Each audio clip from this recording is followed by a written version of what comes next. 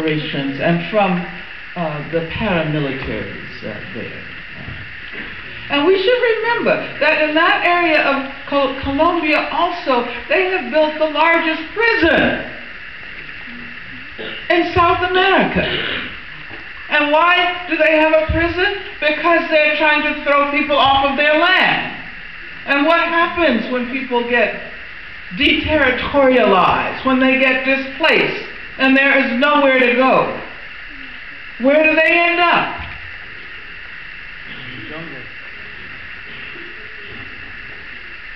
They end up in prison. And in that part of Colombia, we talk a lot about the environment, right, and how concerned we are about the environment. And I'd like to point out that in that part of Colombia, the multinational agribusiness companies are growing sugarcane for biofuel, so that those of us who live in the global north can feel that we're doing our best to preserve the environment by using biofuel and not using fossil fuel. But if you go to that part of Colombia, you see miles and miles and miles and miles of sugarcane, and people call it the green desert. And when you ask who was there before, you discover that people have been displaced from that land, people who had lived on that land for decades, people who had not only used the land to sustain themselves, but they had protected the biodiversity of the land, because they had grown all kinds of things. And now it's the sugarcane that's grown for profit. It has become a green desert. So I want us to think about this. When we talk about racism and we stand up against racist violence, when we stand up against the police violence, we also have to think about the violence that's being done to the environment. We also have to think about Monsanto and realize that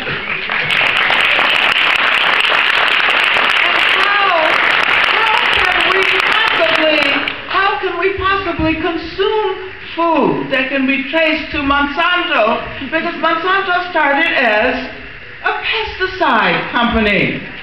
Monsanto is responsible for Agent Orange. And when we look at the damage that was done to the people of Vietnam, we have to thank Monsanto for that. And so now Monsanto Roundup, right? Everybody knows Roundup. You know, Roundup kills anything, right? Totally. But they're trying to feed us the food that is grown from seeds that can withstand Roundup and can withstand pests. So we're consuming anti-pesticides. We're consuming herbicides in that food. Yeah. I could go on and on.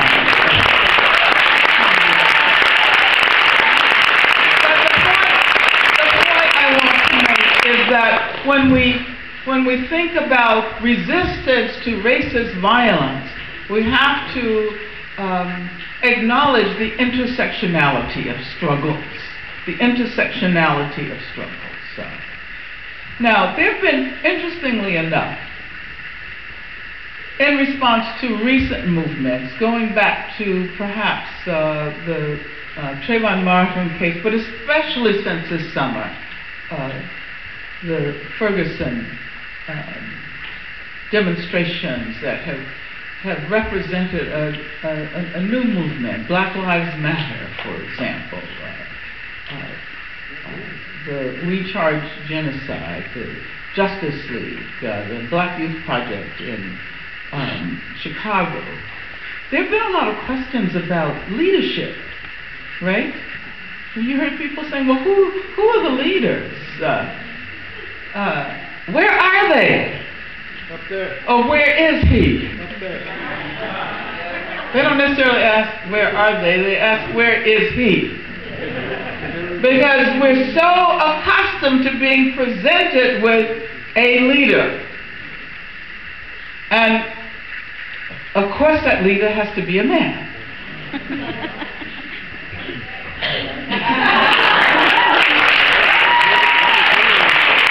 But, you know, even, I like the film that Ava DuVernay did on Selma. Because even in that film, she showed that Dr. King was not the primary personage in the emergence of that movement. That, as a matter of fact, there are women whose names that we were never told who are responsible for the movements that eventually came to constitute what we call the civil rights movement. So.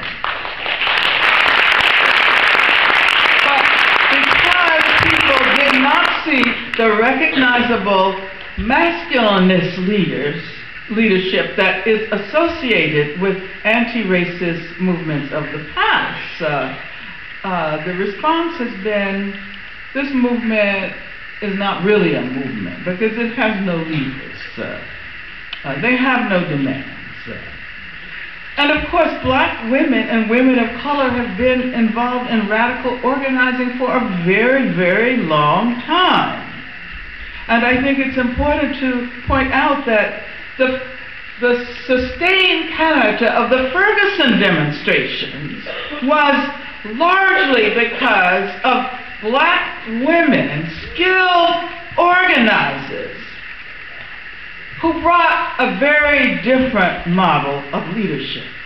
One that is more collective in nature, one in which the leader does not tower over the rank and file. A feminist leadership. A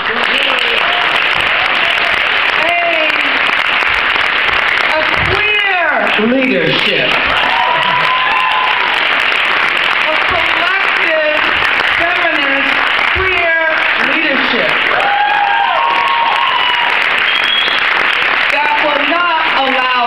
To be short-sighted.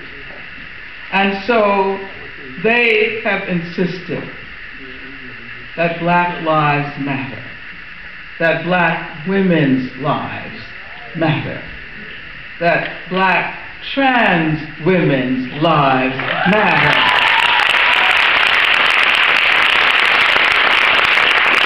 And they have insisted on understandings of state violence that place it within this broader context, this broader global context.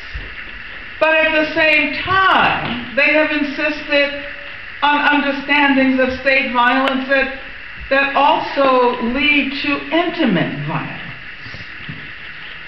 And when we assume that it is men primarily who are the targets of violence, and this is not in any way to discount or belittle the fact that vast numbers of men, black men, men of color, men from the southern region, all over the world are targets of violence. But if you want to think about quantity, more women than men are actually the targets of violence all over the world. We don't recognize it because a lot of that violence happens within intimate relationships. And that, as a matter of fact, as the UN report recently revealed, 38% of women who die violent deaths in the world are killed by their partners. But of course, they're also killed by the police. And police have a higher rate of domestic abuse. So this means that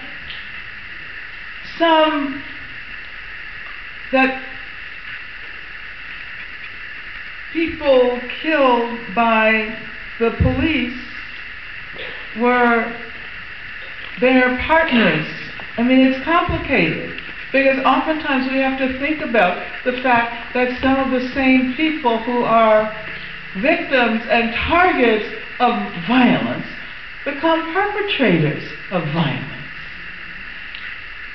And because we are accustomed to thinking in linear terms, in terms that have to be clear and not messy, and not overlaid with other things, we fail to recognize that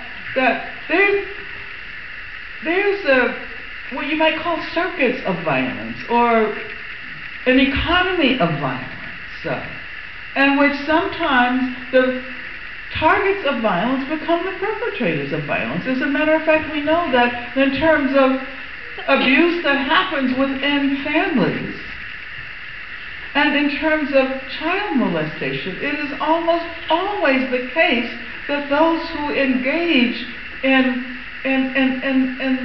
the perpetration of violence have themselves almost always been victims. And so, yeah, we have to consider these issues. We have to recognize that disability makes one at risk. Disability, both mental and physical. Mentally disabled women who have been killed by the police. It is a lethal combination to be a black woman or a woman of color and to have some kind of psychiatric or psychiatricized vulnerability. You remember the woman in D.C. who was in a crisis and driving with her child sitting in the back of her car, and she wasn't hurting anyone. She was just driving erratically. And what did the police do? They killed her. Well, yeah, I have a lot more to say. But I really want to have too much more to say. But I think you get the point, right? That we have to recognize the intersectionality of these struggles, the interconnections. So that means that whatever we're doing, whatever campaigns we're involved in, if we are involved in struggles for immigrant rights, if we are involved in the campaign for a livable wage, and it's really great that McDonald's workers and workers for those companies that have reaped so much profit by paying people absolutely nothing. Now the workers are standing up. And so whatever campaigns we're involved in, if we're involved in campaigns against domestic violence, we have to acknowledge the extent to which all of these struggles are connected. And certainly if we want to imagine a future without racism, and this is what we have to do, we cannot give up. We have to imagine a future without racism, and that will be a future without prisons. That will be a future without police as we know. We have to abolish police institutions as we know them. As a matter of fact, we have to disarm the police. As a matter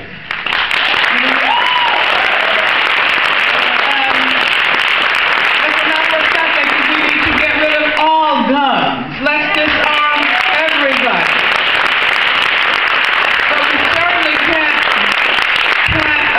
That we can disarm civilian populations and leave guns in the hands of the police, and believe that we will have eradicated violence. So anyway, I want to say this is a very exciting moment in history. We should not allow it to elude us. Movements always require a certain convergence of conditions. And oftentimes this convergence is somewhat serendipitous. And we don't know what the future will be. But we have to act as if it were possible to radically transform the world. If we don't prove capable of standing up to the demands of history, this moment will pass us by. And so let me thank you for your attention and ask all of you, if you have not already, to join the rising communities of struggle. Together we will make a difference. Thank you.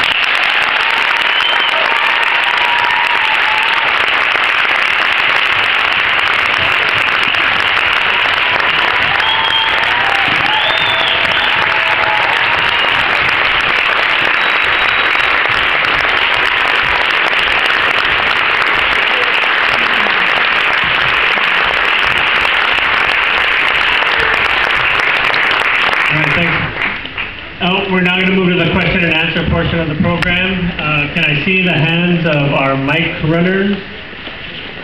Maya? Shannon? Okay, if you have a question, please raise your hand. Maya or Shannon will get to you.